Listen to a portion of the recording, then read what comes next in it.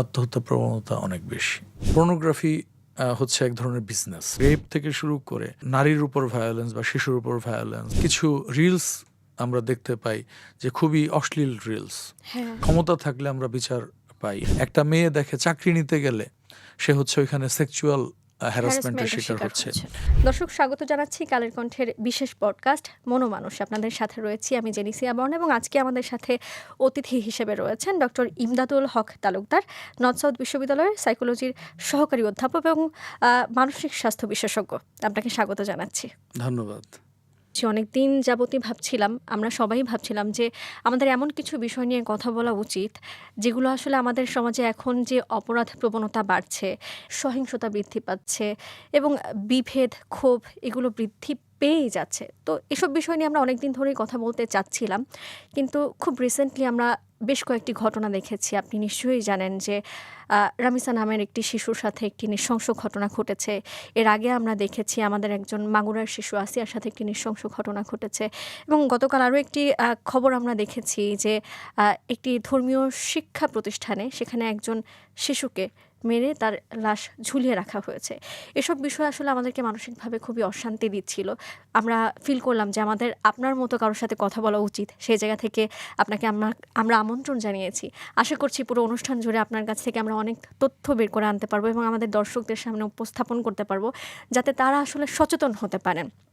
তো যেহেতু শুরুতেই বলছিলাম যে সহিংসতা বৃদ্ধি পাচ্ছে, অপরাধ প্রবণতা বৃদ্ধি পাচ্ছে, সেই জায়গা থেকে আপনার কাছ থেকে একটু জানতে চাই যে এই সময়টাতে এসে আমাদের প্রযুক্তির ব্যবহার তো অনেক বৃদ্ধি পাচ্ছে, আমরা শিক্ষিতও হচ্ছি, পুরো বিশ্বের মানুষ উন্নত হচ্ছে, সেই জায়গাতে এসে এই অপরাধ প্রবণতা কেন বৃদ্ধি পাচ্ছে, সহিংসতা কেন বৃদ্ধি পাচ্ছে, আপনার কাছে কি মনে হয়?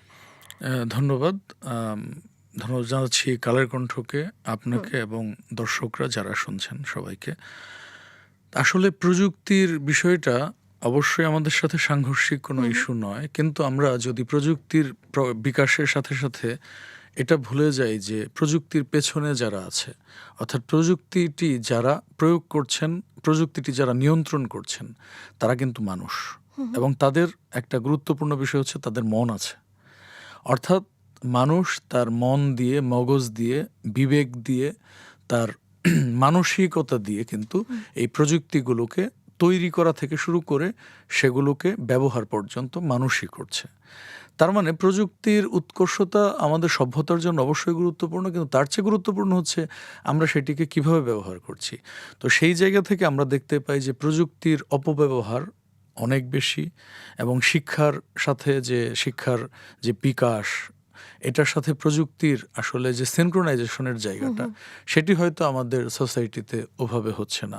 এর ফলে প্রযুক্তির যে ইতিবাচক দিক, এর চেয়ে নেতিবাচক দিকটাই অনেক বেশি বৃদ্ধি পাচ্ছে। আর অপরাধ প্রবণতা অবশ্যই আমরা মানে মনোবিজ্ঞান বা সোশ্যোলজিতে বলে থাকি যে মানুষ আচরণ শিখে থাকে ছোটবেলা থেকে দেখে, অন্যের আচরণ দেখে। তো আমাদের প্রযুক্তির সাথে আমাদের সোশ্যাল মিডিয়া থেকে শুরু করে যে আমাদের বিভিন্ন ভায়োলেন্স দেখছে তারা প্রতিনিয়ত, তারপর হচ্ছে বিভিন্ন ধরনের অপরাধ দেখছে, অপরাধের কথাটি যেহেতু বললেন, তো এগুলো থেকে কিন্তু এক ধরনের নেগেটিভ ইনফ্লুয়েন্স কিন্তু মানুষের ভেতরে তৈরি হয়, এক ধরনের কৌতূহল তৈরি হয়, এক ধরনের জিজ্ঞাসা তৈরি হয় তাদের ভেতরে। তো যেহেতু তথ্যটা অ্যাভেলেবেল এবং তথ্যের কোনো ফিল্টারিং নেই আমাদের, এবং এটার কোনো মেকানিজমও আসলে এখন পর্যন্ত নেই, তো সেই জায়গাটা থেকে অবশ্যই বলবো যে অপরাধ প্রবণতার সাথে আমাদের সোশ্যাল মিডিয়া বা প্রযুক্তির উৎকর্ষতার একটা বিষয় তো আছে, কানেক্টেড এই দুটো জিনিস। কিন্তু আমার হাতে যখন একটি ফোন থাকছে বা একটা ডিভাইস থাকছে, এটি তো আমার উপর নির্ভর করছে যে আমি এটাকে পজিটিভ ওয়েতে ইউজ করব নাকি নেগেটিভভাবে ইউজ করব। তো বেশিরভাগ ক্ষেত্রে আসলে যারা এই ধরনের প্রবণতায় এগিয়ে যাচ্ছেন, অবশ্যই তাদের একটা নেগেটিভ যেই জিনিসটা, এনার্জিটা, সেটা তাদের ভেতরে কাজ করছে। এই জিনিসটা কেন কাজ করে? এখন বিষয় হচ্ছে যে ডিভাইসটা আপনি ব্যবহার করছেন, তার মানে আপনার উপর নির্ভর করে যে আপনি কিভাবে ব্যবহার করবেন। এটা যেমন সত্য, কিন্তু আপনাকে সোসাইটি কিভাবে গড়ে তুলেছে, আপনাকে রাষ্ট্র কিভাবে গড়ে তুলেছে, আপনার পরিবার কিভাবে গড়ে তুলেছে, এটাও কিন্তু গুরুত্বপূর্ণ যে আপনার রিঅ্যাকশন অ্যান্ড অ্যাকশনটা কী হবে। তার মানে আপনি নেতিবাচক ব্যবহার করবেন প্রযুক্তির না ইতিবাচক ব্যবহার করবেন, এটা নির্ভর করে আপনার বেড়ে ওঠা, আপনি কিভাবে গ্রুমিং হয়েছে আপনার ছোটবেলা থেকে, আপনার চিন্তা, আপনার শিক্ষা, আপনার কালচার। সুতরাং মানুষকে তার পরিবার, সমাজ, রাষ্ট্র এবং তার হচ্ছে ইয়ে থেকে, সারাউন্ডিংস থেকে আলাদা করে দেখার কিছু নেই। একটা প্রযুক্তি যেভাবে কেউ না কেউ তৈরি করে আমার হাতে দিচ্ছে, আবার আমার ব্যবহারটা কেমন হবে এটা কিন্তু আমার বেড়ে ওঠা, আমার পরিবার, আমার চারপাশ কিন্তু নিয়ন্ত্রণ করছে।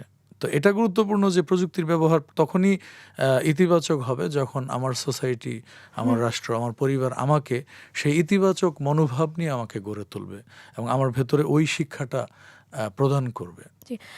আমাদের দেশকে আমরা তো এখনো পুরোপুরি উন্নত বলতে পারি না। সেই জায়গা থেকে পারিবারিকভাবে বা সামাজিকভাবে হয়তোবা অনেক কিছুই পজিটিভ ওয়েতে করার সুযোগ হয়ে থাকে না, বা পজিটিভ যে এনার্জিগুলো পাওয়ার বিষয় সেটি আসলে সবসময় একটা মানুষ পায় না।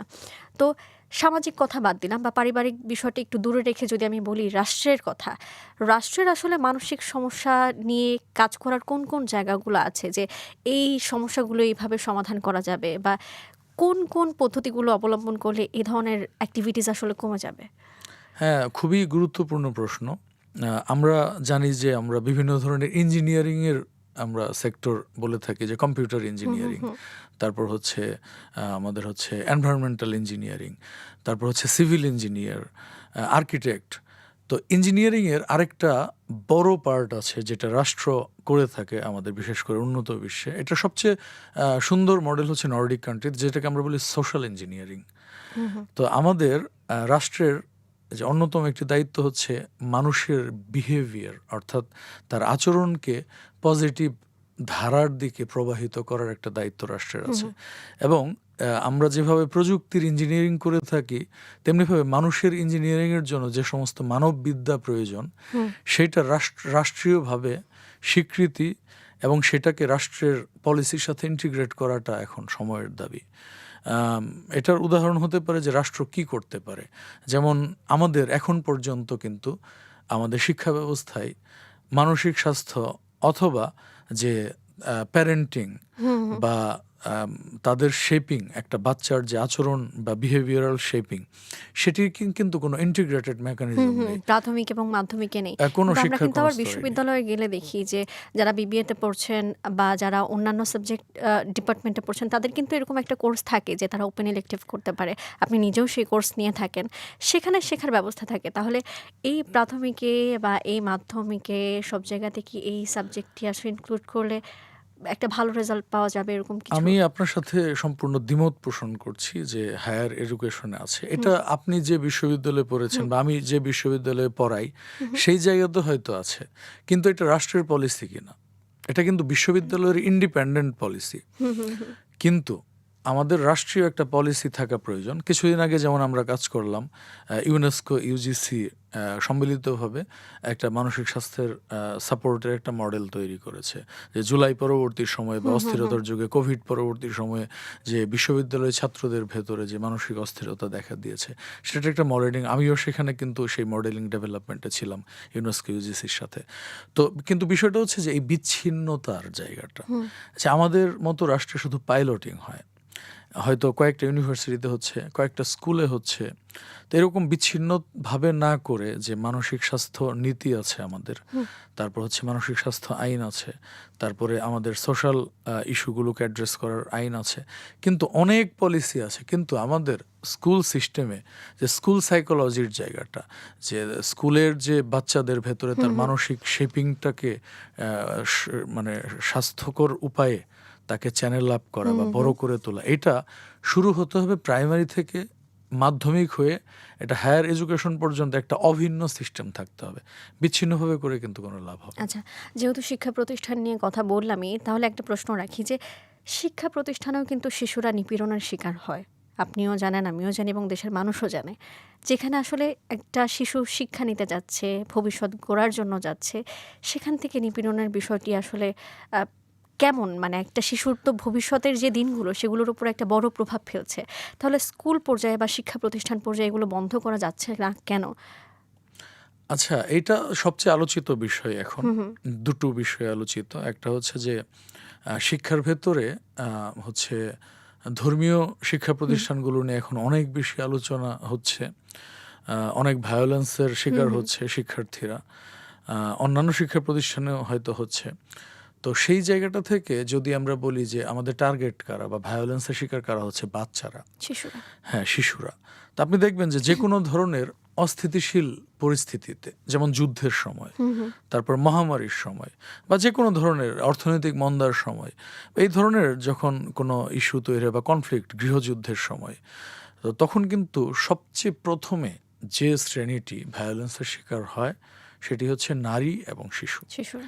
এটি কেন হয়? কারণ হচ্ছে যে প্রথমত শিশুরা হচ্ছে তারা, তাদের ভয়েস নাই ওইভাবে হুম, রাষ্ট্রে হুম, বা হুম। সমাজে।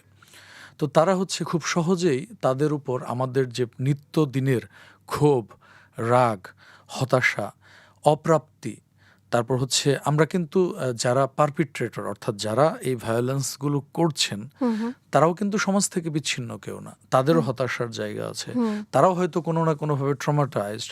তাদের বেড়ে ওঠার জায়গাটাও আমাদের নিশ্চিত করতে হবে তারা কিভাবে বেড়ে উঠেছে। সেই জায়গা থেকে ধর্মীয় প্রতিষ্ঠানে যদি আমরা অনেক কথা বলে থাকি। কিন্তু দেখেন যে আমরা যখন আমরা ২-৪ জন বন্ধু-বান্ধব গল্প করি, হুম। তখন একজনের যদি মাথায় টুপি থাকে বা দাড়ি থাকে, আমরা সে যদি একটু মজা করে আমরা তাকে বলি, "এই তুই তো হুজুর, তুই এইভাবে তো কথা বলতে পারিস না।" বা আমরা যখন কোনো আম আম আম ধর্মীয় প্রতিষ্ঠানের সাথে জড়িত কোনো ব্যক্তি, তাদেরকে আমরা কিন্তু আলাদাভাবে দেখি। আমার একটা এক্সপেরিয়েন্স যদি বলি, আমার একজন ক্লাসমেট ছিল। হুম, হুম। সে হচ্ছে পাজামা পাঞ্জাবি পরতেন হুম। এবং তিনি খুব ধার্মিক একজন মানুষ ছিলেন। আপাদমস্তক একজন ভালো মানুষ। হুম, হুম, হুম। অথচ কিছু টিচার কিন্তু সরাসরি এসে তার উপর সকল বিদ্বেষ বা ক্ষোভগুলো, রাগগুলো তার উপর ঢালতেন এবং ধর্মকে অ্যাটাক করতেন। তো সেই জায়গা থেকে এবং আমরা সবসময় কথায়, কথায় বলে থাকি যে উনি তো হুজুর, উনি তো নামাজ পড়েন, উনি তো নামাজ পড়ান, ওনার এটা করা উচিত না। বা ছোটবেলা থেকে বড় হওয়া পর্যন্ত তাদেরকে যে আলাদা করে দেয়া, সেগ্রিগেশন, সোসাইটি থেকে আইসোলেটেড করে দেওয়া। এর ফলে যেটা হচ্ছে তারা আমাদের মধ্যে সোশ্যাল আইডেন্টিটি থিওরির পার্সপেক্টিভ থেকে যদি বলি, মনোবিজ্ঞানে খুবই ইনফ্লুয়েন্সিয়াল একটি থিওরি, যে উই ভার্সেস দ্যাম একটা আইডেন্টিটি তৈরি হয়ে যায়। আমরা ভার্সেস তোমরা, আমি ভার্সেস তুমি, তুমি ভিন্ন আমি ভিন্ন, আমরা আলাদা জগতের বাসিন্দা। সেই জায়গা থেকে তাদের জায়গাটা দেখতে হবে যে তারা আসলে যে পরিবেশে বড় হয়েছে, সেই পরিবেশে বড় হওয়া একটা বাচ্চার উপর কিন্তু তারা নির্যাতনটা করছে। হুম। তো সেই জায়গা থেকে তারা কি হেলদি উপায়ে বড় হয়েছে, বা তাদের অধীনে যারা বড় হচ্ছে তারা কি হেলদি উপায়ে বড় হচ্ছে? একটি শিক্ষা প্রতিষ্ঠানে যদি ১২ থেকে ১৩ ঘন্টা শুধু একমুখী মুখস্থ বিদ্যার উপর নির্ভর করে সারাদিন যদি একটা ছোট বাচ্চার উপর এই মুখস্থ বিদ্যার ভার চাপিয়ে দেওয়া হয় এবং সেই জায়গা থেকে তার কোনো বিনোদনের ব্যবস্থা নেই, তার কোনো অন্যান্য যে সোশ্যাল ইন্টারাকশন সেই ব্যবস্থা নেই, সে কোনো উৎসবে যেতে পারে না, উৎসবে গেলেও সে চুপ করে থাকে, হুম, হুম, কারণ হুম। সে জানে যে আমি প্রাণ খুলে হাসতে পারবো না, আমি মাথায় টুপি পরেছি, আমি মজা করতে পারবো না। সেই জায়গা থেকে তাদের হচ্ছে মূল ধারাই তাদেরকে আমরা কাজ করছি না, রাষ্ট্র বা সমাজ ব্যবস্থা। তো সেই জায়গা থেকে তাদের তো একটা হতাশা, এক ধরনের ট্রমা, এক ধরনের অপ্রাপ্তি, আবার এটা থেকে ক্ষোভেরও জন্ম নেয়। এই জায়গা থেকে যে ক্ষোভের জন্ম নেয়, হুম, হুম। এটাকে আমরা বলি যে ট্রমা ইনডিউসড ফ্রাস্ট্রেশন। অর্থাৎ যখন আপনি আপনার ভেতর ট্রমা ডেভেলপ করবে, হুম, এই হুম। ট্রমাটা আমরা হয়তো ভাবি যে ট্রমার কারণে হয়তো মানুষ চুপ হয়ে যায়, সে ফ্রাস্ট্রেশনে চলে যায়। কিন্তু সেই ফ্রাস্ট্রেশনটা কিন্তু আস্তে, আস্তে একসময় ভায়োলেন্সের দিকে টার্ন নেয়। এটা খুবই কমন এবং সায়েন্টিফিক্যালি প্রমাণিত হুম, বিষয়টা। হুম। তো সেই জায়গাটা থেকে আমার মনে হয় যে এই যে আমাদের অনেকদিন ধরেই কথা হচ্ছে ২০১০ সালে জাতীয় শিক্ষা নীতিমালা হয়েছে এবং বিভিন্ন সময়ে সময়ে শিক্ষার নীতিমালাগুলো চেঞ্জ হচ্ছে। তো আমাদের একটা জাতীয় পর্যায়ে একটা ইন্টিগ্রেটেড লার্নিং মেকানিজম এবং ইন্টিগ্রেটেড যে স্কুলিং, হুম, হুম, হুম। এটা আমাদের খুব জরুরি। জি। আমরা যেহেতু কথা বললাম যে শিক্ষা প্রতিষ্ঠানে, এখন কিন্তু শিক্ষা প্রতিষ্ঠানের ভেতরেই শিশুরা নিপীড়িত হচ্ছে এমন না। আমরা দেখতে পাচ্ছি যে একটু খেয়াল করলে নিজের বাবা-মায়ের কাছ থেকে, পরিবার, আত্মীয়স্বজন সবার কাছ থেকে নিপীড়িত হচ্ছে। অন্য নিপীড়নের জায়গায় একটু পরে যাই। আ আপনি নিশ্চয়ই সামাজিক যোগাযোগ মাধ্যমে দেখেছেন যে একজন মা, এমন একটি বিষয় উঠে এসেছে, একজন মা তার সন্তানকে মোটা তাজা করবার জন্য মারছেন, খাওয়াচ্ছেন, খাওয়ানোর সময় মারছেন। এটি কি আসলে কল্পনা করা যায় যে আমার সন্তান সে খাচ্ছে না বলে আমি তাকে মারবো এবং তাকে মোটাতাজা করতে হবে, সে মোটাতাজা হবে না, খাবে না, সেজন্য আমাকে মারতে হবে। এই বিষয়গুলো আসলে কেন কাজ করে বাবা-মা বা পরিবারের স্বজনদের ভেতরে? এই ঘটনাটি সাভারের, আমি হুম, হুম, যতটুকু জানি। আমরা ভিডিওটা সবাই দেখেছি। আপনি যেটা বললেন এটা হচ্ছে আংশিক সত্য। হুম, হুম, বিষয়টা হচ্ছে শুধুমাত্র তাকে মোটাতাজা করার জন্য যে খাওয়ানো হচ্ছে তাও না। আপনি জেনে থাকবেন হয়তো যে তার স্বামীর সাথে তার কিন্তু এক ধরনের দ্বন্দ্ব আছে হুম, হুম, এবং তার স্বামী সম্ভবত লন্ডনে থাকেন, প্রবাসী দীর্ঘদিন ধরে। এবং তার কিন্তু পরিবারে এক ধরনের কনফ্লিক্টিং সিচুয়েশন আছে। পরিবারটা কিন্তু খুব ভালো এনভায়রনমেন্ট করে না, বিলং করে না পরিবারটা। তো সেই জায়গা থেকে যে তাকে যে বেঁধে খাওয়ানো হচ্ছে, এটাকে আমরা যদি মানে একদম সায়েন্টিফিক টার্ম বলে বলে মানে লেন্সে দেখতে চাই, তাহলে আমরা বলবো যে আমাদের ক্ষোভগুলো কিন্তু চ্যানেল আপ হয়। এটাকে আমরা যে ট্রান্সফার হওয়ার হুম, হুম, হুম। বিষয়টা যে বলি, যে আমাদের যেমন তার হাজব্যান্ডের সাথে তার এক ধরনের যদি দ্বন্দ্ব থেকে থাকে, আমরা ভেতরটা জানি না পুরোপুরি, যদি থেকে থাকে, সেই ক্ষোভটা তার হাজব্যান্ডের উপর অথবা তার পরিবারের অন্য সদস্যের উপর যদি ক্ষোভটা থেকে থাকে, সেই ক্ষোভটা কিন্তু ট্রান্সফার হচ্ছে ওই বাচ্চাটার উপর। কিন্তু যেই মা আসলে ১০ মাস ১০ দিন বা এতটা সময় সন্তানকে গর্ভে ধরে এত কষ্ট করে মানুষ করলেন, অনেক সময় আমরা এই ঘটনার বাইরেও যদি যাই আমরা দেখতে পাই যে মা তার সন্তানকে আসলে মেরে ফেলছেন। মা তার সন্তানকে নিশ্চিহ্ন করে দিচ্ছেন। এ ধরনের ঘটনাও কিন্তু আমরা দেখতে পাই। মায়েদের ভেতরে এ ধরনের প্রবণতা কেন কাজ করে? এখন বিষয় হচ্ছে যে আমরা যখন অনেক রাগান্বিত হই, হুম, রাগের সাথে কিন্তু কষ্ট থাকে মানুষের। রাগ এবং ক্ষোভ এবং কষ্ট মিলে যে ইমোশনাল একটা স্টেট তৈরি হয়, সেই জায়গাটা থেকে দেখবেন যে মানুষ সবচেয়ে প্রিয় জিনিসটাকে, যেমন মোবাইল ফোন, আপনার হয়তো আইফোন আছে, আপনি রাগ এবং ক্ষোভ এবং কষ্ট থেকে আপনি আইফোনটা ছুঁড়ে মারছেন। হুম, ভেঙে আমরা ফেলছি। প্রতিদিনই হুম, দেখি হুম। অনেক ঘটনা আমাদের চারপাশে। বা আমাদের প্রিয় কোনো জিনিস আমরা ছুঁড়ে ফেলে দিই। এরপরে আমরা নিজেরা ওইটা ভেঙে যাওয়ার পর আমরা সবার আড়ালে গিয়ে কান্নাকাটি করি ওই জিনিসটার জন্য। আমি কেন এটা ভেঙে ফেললাম? আমার অনেক প্রিয় জিনিস। তো সন্তানও কিন্তু মায়ের কাছে সবচেয়ে প্রিয়। একজন মা যখন তার সন্তানকে আঘাত করেন, অবশ্যই তিনি আড়ালে কিন্তু সেই বিষয়টার জন্য কষ্ট পান। কষ্ট পান। কিন্তু প্রাথমিকভাবে রাগের যে স্টেজ আছে, ইমোশনের স্টেজ আছে, ওইটা হচ্ছে যখন পিক অবস্থায় থাকে, একদম রাগের পিক টাইমটাতে, তখন আসলে মানুষের এক ধরনের হিতাহিত জ্ঞান শূন্য হয়ে যান মানুষ, এবং সেই জায়গাটা থেকে তার ভেতরে যে যৌক্তিক বোধটা সেটি কাজ করে না। আর সাথে যখন ইমোশনটা যুক্ত হয়, তখন তার মধ্যে, আমাদের মানুষের মধ্যে দুই ধরনের টেন্ডেন্সি আছে। এটা সাইকোলজির জনকই বলা যায়। সিগমুন্ড ফ্রয়েড বলেছেন যে লাইফ ইনস্টিংক্ট আর একটা হচ্ছে ডেথ ইনস্টিংক্ট। হুম, অর্থাৎ আমরা সৃজনশীল কাজগুলো, ভালো লাগার কাজগুলো, ক্রিয়েটিভ কাজগুলো যে হুম, করি, হুম। এগুলো হচ্ছে লাইফ ইনস্টিংক্ট থেকে। আর আমরা যখন ডিস্ট্রাকটিভ বা ধ্বংসাত্মক কাজ করি, এগুলো হচ্ছে ডেথ ইনস্টিংক্ট থেকে। তো মানুষ যখন ক্ষোভ এবং রাগ এবং তার হতাশা একসাথে যুক্ত হয়, তখন তার মধ্যে যে ডেথ ইনস্টিংক্টটা কাজ করে, তখন সে ধ্বংসাত্মক হয়ে ওঠে। তখন তার ভেতরে যে যুক্তিবোধ বা তার যে যুক্তিশীল চিন্তা করার ক্ষমতা, সেটা কিন্তু নষ্ট হয়ে যায়। এবং একই সাথে সে তখন টার্গেটে পরিণত করে এমন একজনকে, যার উপর রাগ বা ক্ষোভটা আমি সহজে ঝাড়তে পারবো এবং এটার কোনো বিচার হবে না। আমি স্বামীকে তো মারতে পারবো না, হুম, হুম। আমি তোমার শ্বশুর শাশুড়িকে মারতে পারবো না, এটা সমস্যা হবে, সমাজ খারাপ বলবে। কিন্তু আমাদের সমাজে তো বাচ্চাকে মারাটা বৈধ। তো সেটা যখন মানে যখন মানুষ রাগান্বিত হয়, তখন যখন আহ, সে আঘাতটা করে, তখন তো সেই মাত্রাটা তিনি ভুলে যাচ্ছেন। কতটুকু পর্যন্ত গেলে শিশুর কতটুকু ক্ষতি হবে, তখন কিন্তু সে হিতাহিত জ্ঞান থাকে না তার। আচ্ছা। আর আরেকটা বিষয় হচ্ছে যে এই ইরেশনাল সিচুয়েশন তৈরি যখন হয় মানুষের হায়েস্ট ইমোশনাল স্টেজে, তখন আরেকজনকে, যাকে তিনি আঘাত করেন, তখন কিন্তু তাকে মানুষ হিসেবে দেখেন না তিনি। আচ্ছা। এটাকে বলা হয় ডিহিউম্যানাইজেশন।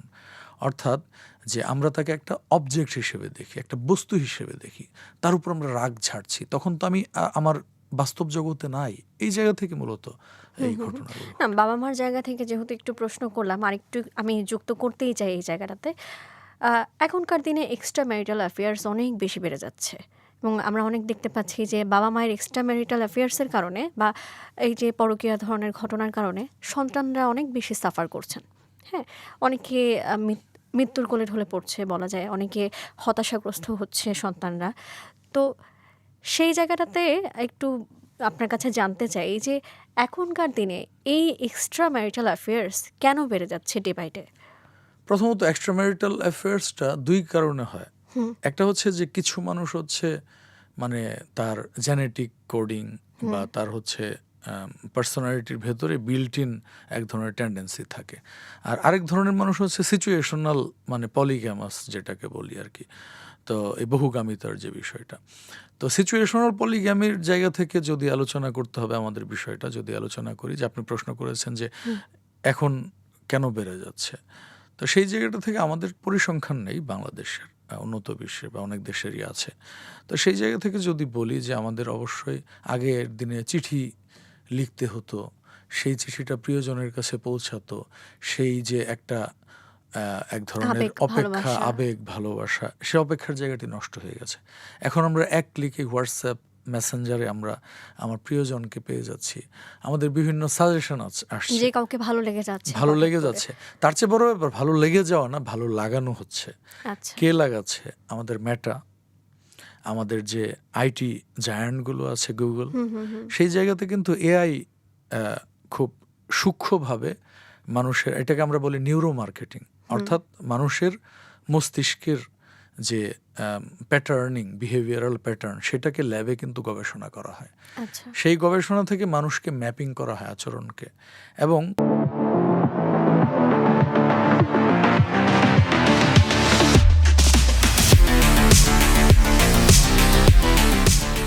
কোন অঞ্চলের মানুষ কী ধরনের বিষয়গুলোর প্রতি আকৃষ্ট, সেই বিষয়গুলো কিন্তু অ্যালগোরিদমের মাধ্যমে বারবার তাকে এটাই দেখানো হয়। তো সেই জায়গা থেকে যদি মনে করেন যে আমাদের দেশে ইদানিং খুব আপত্তিকর একটা বিষয় যে কিছু রিলস আমরা দেখতে পাই যে খুবই অশ্লীল রিলস, হ্যাঁ। তো সেই জায়গাটাতে আমাদের কোনো সেন্সরিং নেই। তারপর হচ্ছে পর্নোগ্রাফি টাইপের জিনিস, কিন্তু হুম, এটা হুম, প্রায় হুম, হুম। কাছাকাছি। তো সেই জায়গা থেকে পর্নোগ্রাফির আসক্তি তৈরি হয়, সেই জায়গা থেকে যে বিকৃত সেক্সুয়ালিটি, সেই জায়গাটা তৈরি হয়। সেই জায়গা থেকে আমি ওই ধরনের জিনিস স্ক্রল করতে করতে আমার ওই ধরনের মেন্টালিটির মানুষগুলোকে আমার সাজেশনে দিচ্ছে ফ্রেন্ড লিস্টে, তখন আমি তাদেরকে অ্যাড করছি, তাদেরকে সহজে পেয়ে যাচ্ছি, এবং তার সাথে আমি কানেক্টেড হয়ে আমরা সমমনা মানুষ, যেহেতু পার্সোনালিটি অ্যানালাইসিস করে ফেলে ব্রেন স্ক্যানিংয়ের মাধ্যমে বর্তমানে মেটা সহ জায়ান্ট কোম্পানিগুলো। তো ওই জায়গা থেকে আসলে আমি যতটুকু না দায়ী, আপনি যতটুকু না দায়ী, তার চেয়ে বড় বিষয় হচ্ছে যে আমাদেরকে সেইভাবে ম্যানিপুলেট করা হচ্ছে।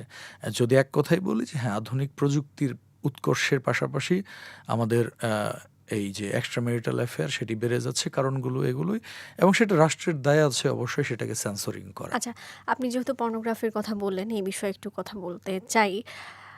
আমরা দেখছি অপ্রীতিকর ঘটনাগুলো বেড়ে যাচ্ছে এবং মানুষের যে বিকৃত মানসিকতা সেটি বৃদ্ধি পাচ্ছে। এই ক্ষেত্রে কি আ এই জিনিসগুলো বাড়ার ক্ষেত্রে পর্নোগ্রাফির কোনো অবদান রয়েছে কিনা? হ্যাঁ, আপনার পর্নোগ্রাফি তো অবভিয়াসলি এটা আজকের কথা না, এটা অনেক বছরের হুম, হুম। গবেষণায় প্রাপ্ত ফলাফল যে পর্নোগ্রাফি হচ্ছে এক ধরনের বিজনেস মডেল। হুম, হুম। তো সেই বিজনেস মডেলে তো আপনার যে নর্মাল সেক্সুয়াল বিহেভিয়ার, সেটা দেখালে তো মানুষ সেটা খাবে না। আকৃষ্ট হবে না। মানুষ সবসময় খোঁজে হচ্ছে ডিফারেন্ট কিছু। হুম, সেই ডিফারেন্ট কিছু খুঁজতে গিয়ে তখন সেই যারা বানাচ্ছে এগুলো, হুম, হুম, হুম। তারা হচ্ছে প্রোভাইড করে যে আমাদের ডিস্টর্টেড বা বিকৃত যে প্যাটার্নগুলো হুম, হুম। আমাদের সামনে নিয়ে আসে, যেগুলো বাস্তবসম্মত না। এবং একটা মানুষ যখন সেগুলো দেখে, তখন তার মধ্যে এক ধরনের ফ্যান্টাসি গ্রো করে। এবং এটা অ্যাডিকশনটা শুরু হয় কিন্তু কৈশোর থেকে, যখন পিউবার্টি পিরিয়ডটা চলে আসে, অ্যাডোলেসেন্ট পিরিয়ডটা, তখন থেকে সেক্সুয়ালিটির প্রতি এক ধরনের আমাদের আগ্রহ কাজ হুম, করে। হুম। তো তখন যদি ওই জিনিসটা তাকে প্রোভাইড করা বা তার চোখের সামনে চলে আসে, তখন কিন্তু তার ভেতরে এক ধরনের বিকৃতভাবে যৌনাচার সম্পর্কে এক ধরনের বিকৃত ধারণা তার ভেতরে তৈরি হয়। এবং সেই জায়গাটা থেকে তখন আস্তে আস্তে এটার সাথে আপনি যেটা শুরু করেছেন আলোচনা, যে অপরাধ প্রবণতা, এই যে রেপ থেকে শুরু করে নারীর উপর ভায়োলেন্স বা শিশুর উপর ভায়োলেন্স, সেগুলো বেড়ে যায়। সেগুলো কিন্তু বেড়ে যাচ্ছে আচ্ছা, আপনি পর্নোগ্রাফি। যেহেতু বললেন যে আ এই ধরনের কর্মকাণ্ডে মানে পর্নোগ্রাফিতে যে ধরনের বিষয় দেখানো হয় সেগুলো আসলে সাধারণ মানুষকে আকৃষ্ট করার জন্য বা যারা এগুলোতে আসলে উদ্বুদ্ধ থাকেন তাদেরকে আরো বেশি আকৃষ্ট করার জন্য, যে স্বাভাবিক জীবনে তো এগুলো হয় না, তো অস্বাভাবিকভাবে দেখানোর জন্য এগুলো করা হয়। তার মানে এখানে অর্থনৈতিক ব্যবস্থা রয়েছে বা অর্থনৈতিক কর্মকাণ্ড অবশ্যই রয়েছে, তাই না? বলাই অবশ্যই। যায়। তাহলে কি আমরা বলতে পারি যে অর্থনৈতিক বিষয়ের সাথে অপরাধ ওতপ্রোতভাবে জড়িত? হ্যাঁ, অবশ্যই। এটাকে আমরা বলি যে স্ট্রাকচারাল ভায়োলেন্স নামের একটা টার্ম আছে। হুম, হুম। সেটা হচ্ছে যে আমরা নরমাল ভায়োলেন্স বলতে কি বুঝি? একজন ব্যক্তি আরেকজন ব্যক্তির উপর যখন ভায়োলেন্স হুম। আরোপ করে। স্ট্রাকচারাল ভায়োলেন্স হচ্ছে আমাদের সিস্টেম যখন আমাদেরকে ডিপ্রাইভ করে এবং আমাদের সাথে অন্যায় বা অনাচার করে। যেমন সবচেয়ে বড় উদাহরণ হচ্ছে যে আমরা যখন দেখি যে ন্যায় বিচার, যে ক্ষমতা থাকলে আমরা বিচার পাই, ইনফ্লুয়েন্স, পাই। সব জায়গাতে ইনফ্লুয়েন্স। আমাদের একটা ট্রেনের টিকিট কাটতে আমরা ফোন করতে হয় আমাদের দেশে, বা একটা সেবা পেতে হলে সেখানে ইনফ্লুয়েন্সিয়াল কাউকে, এটা শুধুমাত্র লবিং এর ইনফ্লুয়েন্সিয়াল প্রয়োজন বলবো না, হয়। সবাই লবিং খোঁজে, হুম। সে যে শ্রেণীতেই বিলং করুক না কেন। তো সেই জায়গা থেকে বলবো যে অর্থনৈতিক যে কারণ সেটা এক ধরনের স্ট্রাকচারাল ভায়োলেন্স, যে আমাদের মতো সোসাইটিতে না, শুধুমাত্র সারা পৃথিবীতেই যে বলা হয় ৯৯% সম্পদ কিন্তু ১% জনগোষ্ঠীর কাছে কক্ষিগত। সেই জায়গা থেকে আমাদের সমাজে কিন্তু আমাদের সম্পদের যে ডিস্ট্রিবিউশন সেটা কিন্তু প্রপার না। তো সেই জায়গা থেকে যে এক ধরনের যারা পিছিয়ে পড়া জনগোষ্ঠী, তাদের ভেতরে কিন্তু এক ধরনের যে যারা অগ্রসর জনগোষ্ঠী বা যারা সলভেন্ট, তাদের প্রতি এক ধরনের ক্ষোভ, রাগ, হতাশা কাজ করে এটা থেকে। এবং তাদের প্রতি এক ধরনের কিন্তু মানে এই যেমন আমি একটা উদাহরণ প্রায় দেই যে আমরা বেশ কিছু বছর আগে কমলাপুর রেলওয়ে স্টেশনে ঢোকার সময় একটি ট্রেন, একটা বাচ্চা, বস্তির একটা বাচ্চা পাথর ছুঁড়ে মেরে একজন ভদ্রমহিলাকে কিন্তু মানে হত্যা করেছিল। হত্যা মানে বলতে অ্যাক্সিডেন্ট, অবশ্যই যে অ্যাক্সিডেন্ট বলতে মানে দুর্ঘটনা বলতে পারি দুর্ঘটনা, খুব সেটি স্বাভাবিকভাবে। লেগে তার পাথরটা এই জায়গাতে লেগে সে কিন্তু রক্তক্ষরণ হয়ে মৃত্যুবরণ করেন। ইঞ্জিনিয়ার ছিলেন সম্ভবত।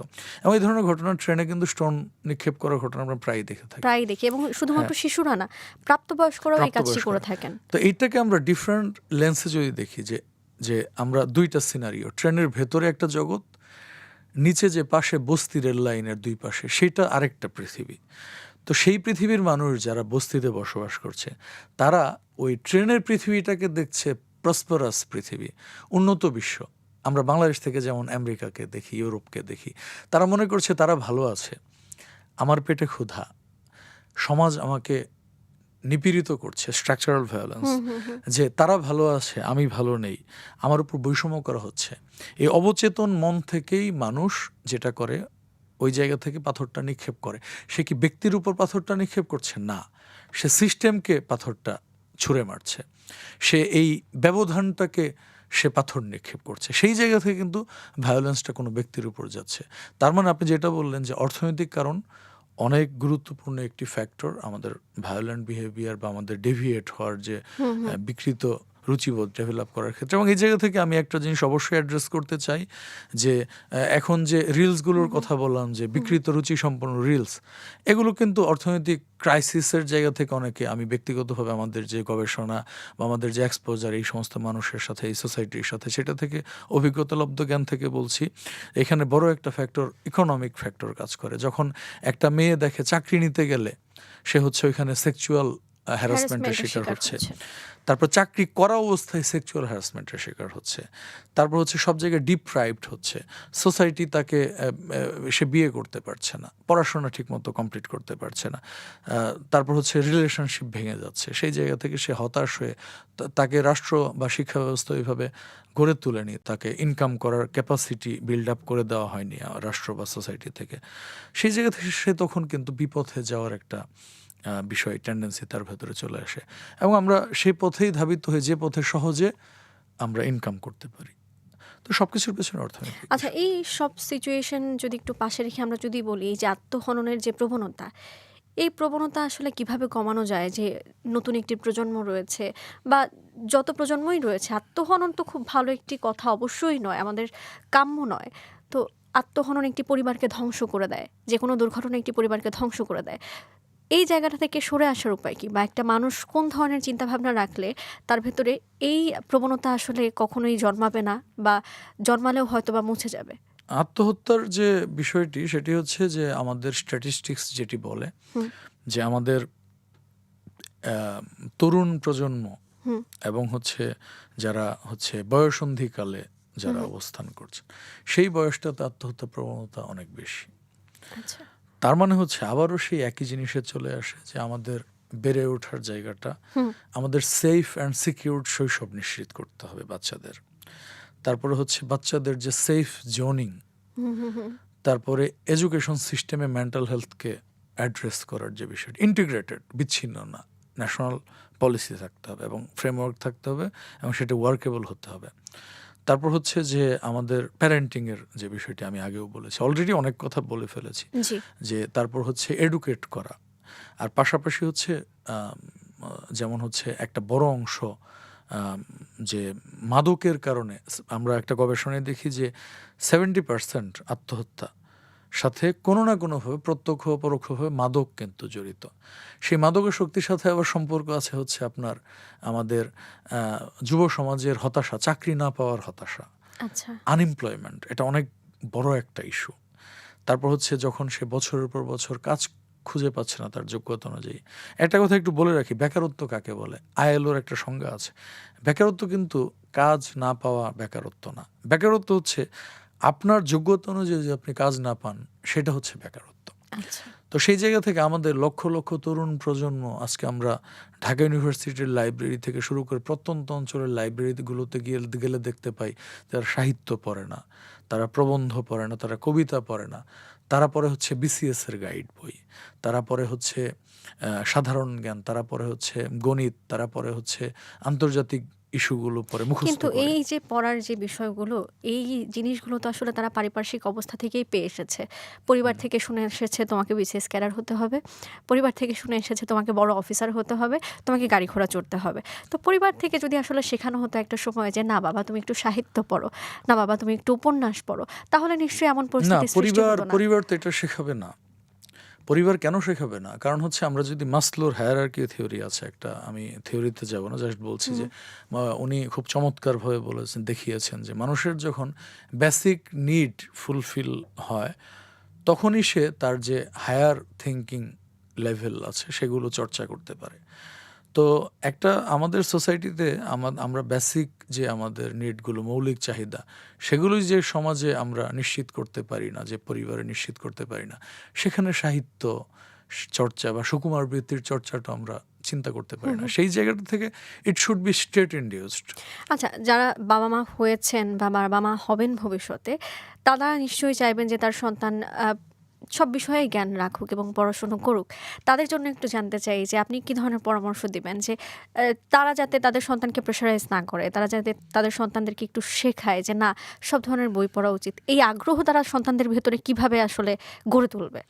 প্রথমত স্ক্রিন টাইম হুম, লিমিটেড করে দিতে হবে। এটা আমি সব জায়গাতে বলি, প্রচুর লিখেছি এটা নিয়ে, যে আমাদের মোবাইল ফোন এবং কম্পিউটারে যে টাইমটা দিচ্ছে, এই স্ক্রিন টাইমটা কমিয়ে আনতে হবে। এখন আপনি বাচ্চার স্ক্রিন টাইমটা কখন কমিয়ে আনতে পারবেন? আপনি নিজেই যদি স্ক্রিন নিয়ে ব্যস্ত থাকেন সারাক্ষণ, তো বাবা মাকে দেখে তো বাচ্চারা শেখে। সেই জায়গা থেকে প্রথমে বাবা মার স্ক্রিন টাইম, যে আপনি সারাক্ষণ রিল দেখছেন, তো বাচ্চা কি শিখবে আপনার কাছ থেকে? প্রথমে বাবা মার এই স্ক্রিন টাইমটা থেকে রিডিউস করে টাইমটা, জরুরি কাজ ছাড়া বাচ্চাকে বাস্তব সময়, ভার্চুয়াল সময়ের চেয়ে বাস্তব সময় বেশি দিতে হবে, রিয়ালিস্টিক টাইমটা। তো সেই জায়গা থেকে যখন বাবা মা বাচ্চাকে অনেক বেশি সময় দিতে পারবেন, বা অনেক বেশি না, মানে সাফিসিয়েন্ট টাইম যতটুকু সম্ভব, তারপর উইকেন্ডে একটু ঘুরতে যাওয়া, মুভি দেখা, তারপর তাকে হচ্ছে মুভির পাশাপাশি একটু থিয়েটারে নিয়ে যাওয়া। থিয়েটারটা কিন্তু অনেক বেশি রিয়ালিস্টিক, লাইভ, এবং তার বন্ধুবান্ধব, তার কমিউনিটিতে তাকে হচ্ছে এক্সপোজ করানো। তারপর হচ্ছে একটু খেলাধুলা, খেলাধুলার জায়গাটা শহরে কমে যাচ্ছে ইভেন। একসাথে বসে বই পড়াও কি এরকম হেল্প হ্যাঁ, সেই করতে পারে জায়গাটা কিনা? থেকে যখন আপনি তাকে ম্যানুয়াল জগৎটাতে নিয়ে আসবেন, ভার্চুয়াল জগৎটা হুম, হুম। থেকে, তখন বই পড়ার অভ্যাসটা আপনি করাতে পারেন। সেটা শুরু হতে পারে যে একেবারে কার্টুন দিয়ে, কার্টুনের সাথে ১-২ লাইনের যে কমিক্সগুলো আছে। এবং আমি অনেককেই দেখেছি, বাচ্চা পাই আমরা, যে হুম, খুব হুম। ভালো যারা করে, তারা ছোটবেলায় একটা বড় অংশ কমিক্স পড়ে পড়ে বড় হয়েছে। আচ্ছা। যারা কমিক্স পড়েছে তারাই পরবর্তীতে তারাশঙ্কর পড়েছে, তারাই পরবর্তীতে গ্যাব্রিয়েল গার্সিয়া মার্কেজ পড়েছে, এবং তাদের ইনসাইট অনেক হুম, হুম, বেশি হুম। বেটার অন্যদের চেয়ে। তো আমি বলবো যে তাদের গড়ে হুম। তোলার ক্ষেত্রে প্রথমত ডিজিটাল জগৎ থেকে বের করতে হবে তাদেরকে, এবং বই পড়ার কোনো বিকল্প অবশ্যই নেই, কারণ ইনসাইট ডেভেলপের ক্ষেত্রে যতই টেকনোলজি পড়েন, একটা গুরুত্বপূর্ণ কথা আমি না বলেই পারছি না, যে এআই এর যুগে কিন্তু আমরা আনএমপ্লয়মেন্টের দিকে চলে যাবে অনেক মানুষ, অনেক বড় একটা অংশ। হ্যাঁ, এই কারণে একটু বলি আপনাকে থামিয়ে যে এ কারণে অনেক বাবা-মা কিন্তু আবার তার সন্তানকে ফোনটা দিয়েও রাখেন যে এআই এর ব্যবহার শিখুক।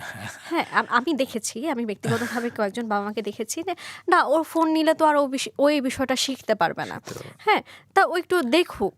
আচ্ছা, এরকম এটা কিন্তু আমি বলি, দেখেছি। ঠিক আপনি ঠিক বলেছেন, এটা বাবা মার একটা ভুল ধারণা। সে শেখার সময় কিন্তু একই সাথে ওই যে মানে একই এটা ওয়ান স্টপ সার্ভিস মোবাইল ফোনটা। ওখানে হোয়াটসঅ্যাপে নোটিফিকেশন আসছে বারবার, টিং টিং টিং টিং করে, মেসেঞ্জারের নোটিফিকেশন আসছে, একটা পোস্ট দিয়েছে, একটা ছবি দিয়েছে, বারবার সে নোটিফিকেশন চেক করছে। এটা থেকে ডোপামিন নিঃসৃত এক ধরনের হরমোন, এটা প্লেজার হরমোন। সে যত মানে এটা হচ্ছে নেশার মতো, ড্রাগ অ্যাডিকশনের মতো, সে যত নোটিফিকেশন আসতে থাকে তার ভেতরে প্লেজার হরমোনটা নিঃসৃত হয় বারবার। এটা থেকে সে ওইটার একটা ট্র্যাপে পড়ে যায়।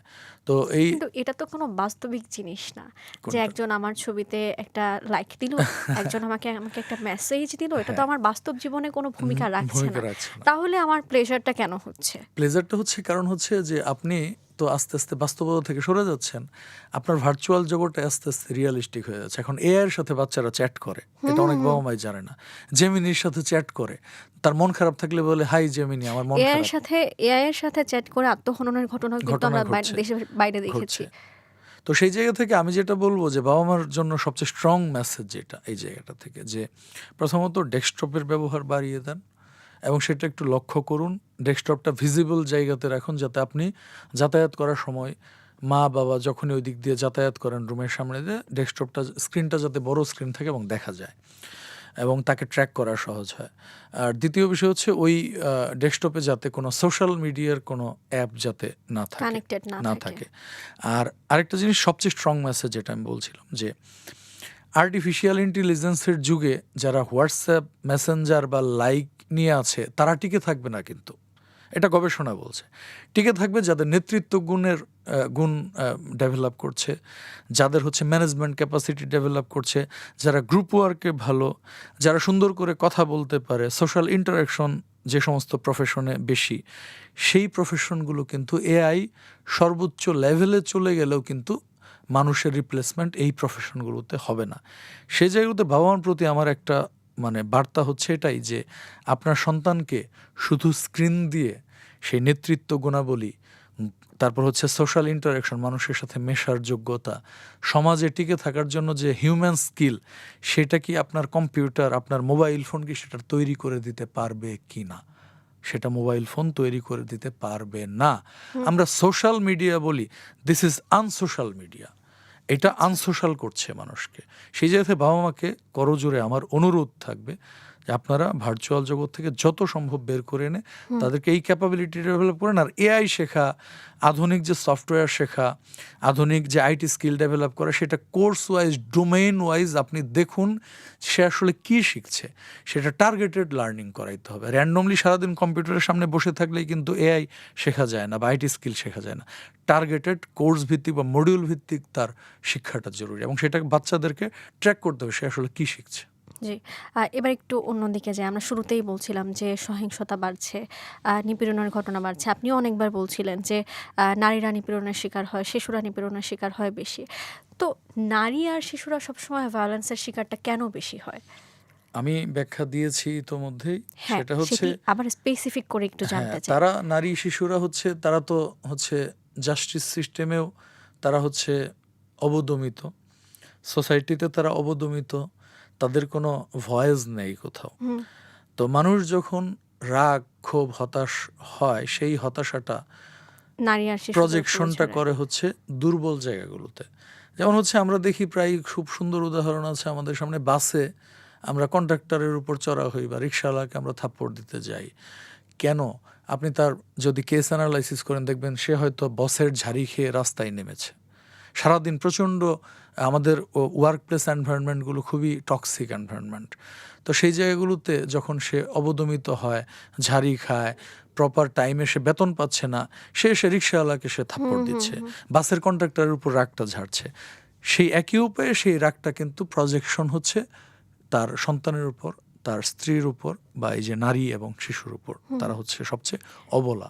আচ্ছা, একটা ঘটনা নিশ্চয়ই দেখেছেন, আমি শুরুতেও বলেছি যদিও, যে আমাদের ছোট্ট শিশু রামেসার সাথে যে ঘটনাটি ঘটলো, এর আগেও আমরা দেখেছি যে খুবই বিকৃতভাবে শিশু আসিয়ার সাথে যে ঘটনা ঘটানো হয়েছে এটি খুবই বিকৃত ছিল এবং এটি নিয়ে সারা দেশ বেশ তোলপাড়ও ছিল, দেশে বেশ তোলপাড়ও ছিল। এবং আহ, কিছুদিন আগে আমরা বেশ আমিনা নামার একজন নারীর ঘটনা বা তরুণীর ঘটনা দেখেছি, তাকে ধান খেতে বা সরিষা খেতে পাওয়া গেছে এমন একটি ঘটনাও দেখেছি। আবার তনুর ঘটনাও আমরা দেখেছি। সব জায়গায় না কেমন যেন নারীদের উপরে ওই যে লোলুপ দৃষ্টি, এই লোলুপ দৃষ্টির ভূমিকা তো সবচেয়ে বেশি।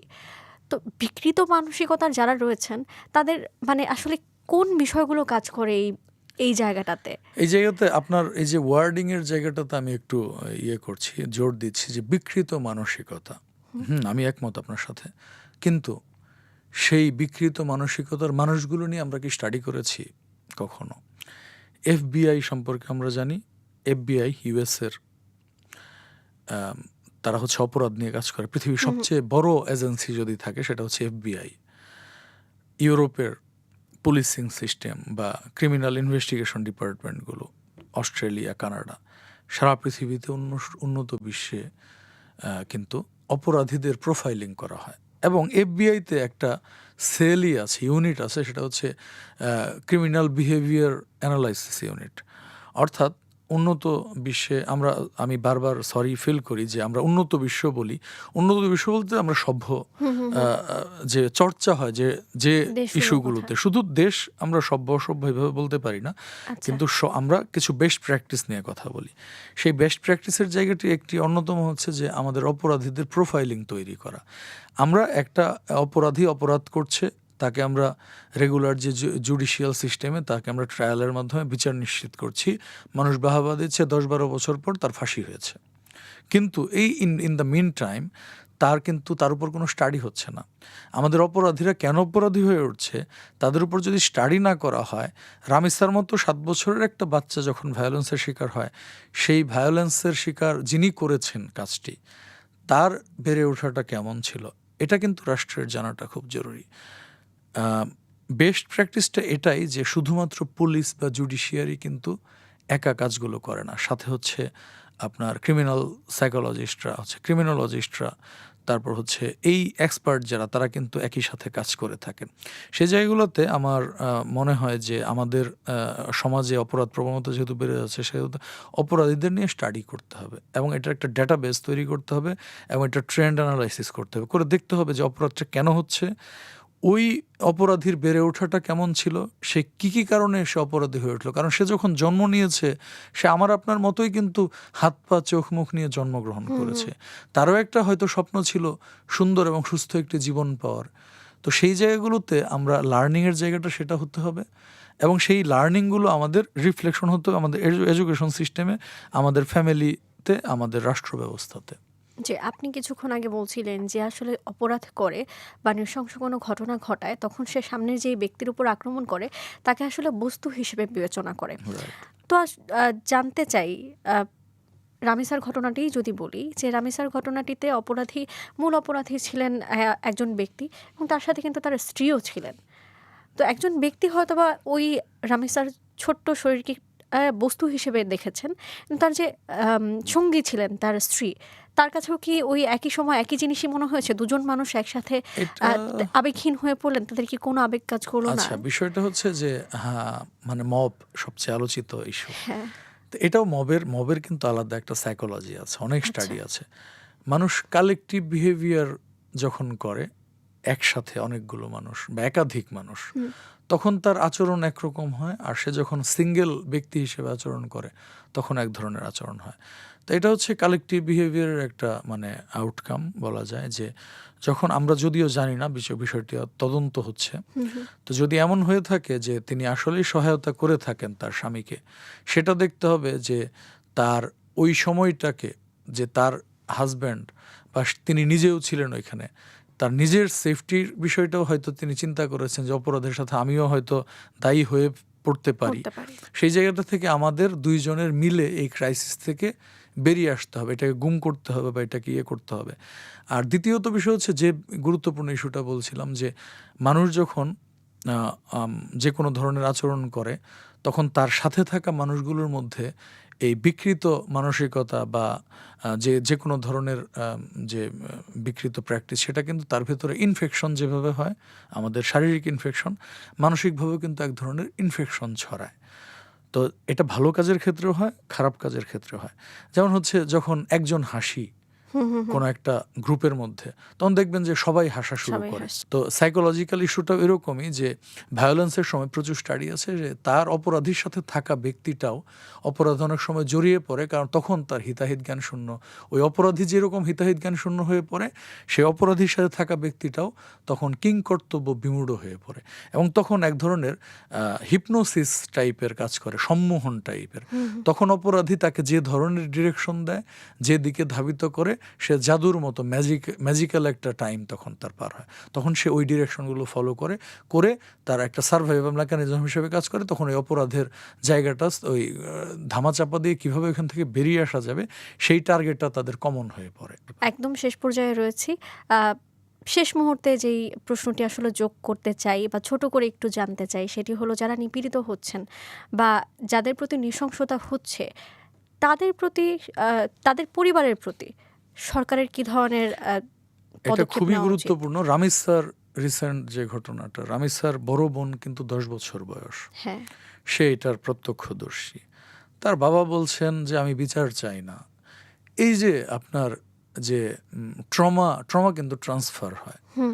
এই ট্রমাটাইজড পরিবার বা এরকম অনেক পরিবার আছে, আপনি যে উদাহরণগুলো দিলেন, সেই ট্রমাটাইজড পরিবারগুলো রিহ্যাবিলিটেশন, যে সাইকোলজিক্যাল এবং সোশ্যাল রিহ্যাবিলিটেশনের জন্য অবশ্যই তাদেরকে সেই মানে মেন্টাল হেলথ সাপোর্ট দেওয়া প্রয়োজন রাষ্ট্রীয়ভাবে। এবং এটা অবশ্যই যে আফটার ভায়োলেন্স, যে আফটার ম্যাথ, সেই জায়গাটা থেকে তারা যাতে ট্রমাটা কাটিয়ে উঠতে পারে, এটা ট্রমাকে অ্যাড্রেস করার খুব সায়েন্টিফিক পদ্ধতি, ইফেক্টিভ পদ্ধতি আছে। তো এখানে সাইকোলজিস্ট, সোশ্যাল ওয়ার্কার বা অন্যান্য প্রফেশনে যারা আছেন তাদেরকে ইনভলভ করতে হবে, এবং সুনির্দিষ্টভাবে সরকারের এটা একটা মেকানিজম পলিসিতে আনতে। আমরা যারা রয়েছি, মানসিক স্বাস্থ্য যাতে ঠিক থাকে, আমরা যাতে মানসিকভাবে ঠিক থাকতে পারি, আমাদের মধ্যে কোনো যেন অপরাধ প্রবণতা না বাড়ে বা সৃষ্টি না হয়, এবং আমরা যাতে স্বাভাবিক সুস্থ মন মানসিকতা নিয়ে কাজ করতে পারি, সেজন্য কি কি করা উচিত? একদম শেষ মুহূর্তে জানতে একদম চাই। টু দ্য পয়েন্টে বলবো, জি। স্ক্রিন টাইম কমান, স্ক্রিন টাইম কমান, স্ক্রিন টাইম কমান। এটা হচ্ছে 1 নম্বর। আচ্ছা। 2 নম্বর হচ্ছে ভার্চুয়াল জগৎকে নিজের জগৎ কইরেন না। ভার্চুয়াল জগৎ আপনার জগৎ না, জি। এটা হচ্ছে মিথ্যা একটা জগৎ। 3 নম্বর হচ্ছে যে আমাদের যে শিকড়ে ফিরে যাওয়ার যে বিষয়টা, প্রকৃতির কাছে ফিরে যান। আমরা প্রকৃতির সাথে, আমাদের ন্যাচারাল বিষয়গুলোর সাথে আবারও যদি আমরা ফিরে যেতে পারি, অর্গানিক লাইফ লিড করতে পারি, তাহলে আমার মনে হয় যে মানসিক স্বাস্থ্যের আমরা নিজেরাই নিজেদের ইয়েটা করতে পারি। আর অবশ্যই খেলাধুলার জায়গাটা এবং শরীর চর্চা, সবসময় বলে থাকি যে আমাদের শরীর যদি ফিট না থাকে মন ভালো থাকবে না, মন ভালো না থাকলে শরীর ভালো থাকবে না, একটা আরেকটার পরিপূরক। শরীরের যত্ন নিতে হবে, মনের যত্ন নিতে হবে। জি, ধন্যবাদ। আমাদের আজকের পডকাস্টে যুক্ত হওয়ার জন্য আপনাকে অসংখ্য ধন্যবাদ জানাচ্ছি। আপনাকেও ধন্যবাদ। দর্শক, আজকের বিশেষ পডকাস্ট মনোমানুষ এখানেই শেষ করছি। এতক্ষণ আমরা নানা বিষয় নিয়ে আলোচনা করেছি, তবে আশা করছি আমরা যেসব সমাধানগুলো নিয়ে কথা বলেছি সেসব সমাধান আপনারা বিবেচনা করবেন এবং যারা দায়িত্বে রয়েছেন তারা বিবেচনা করবেন। শেষ করছি মনোমানুষ।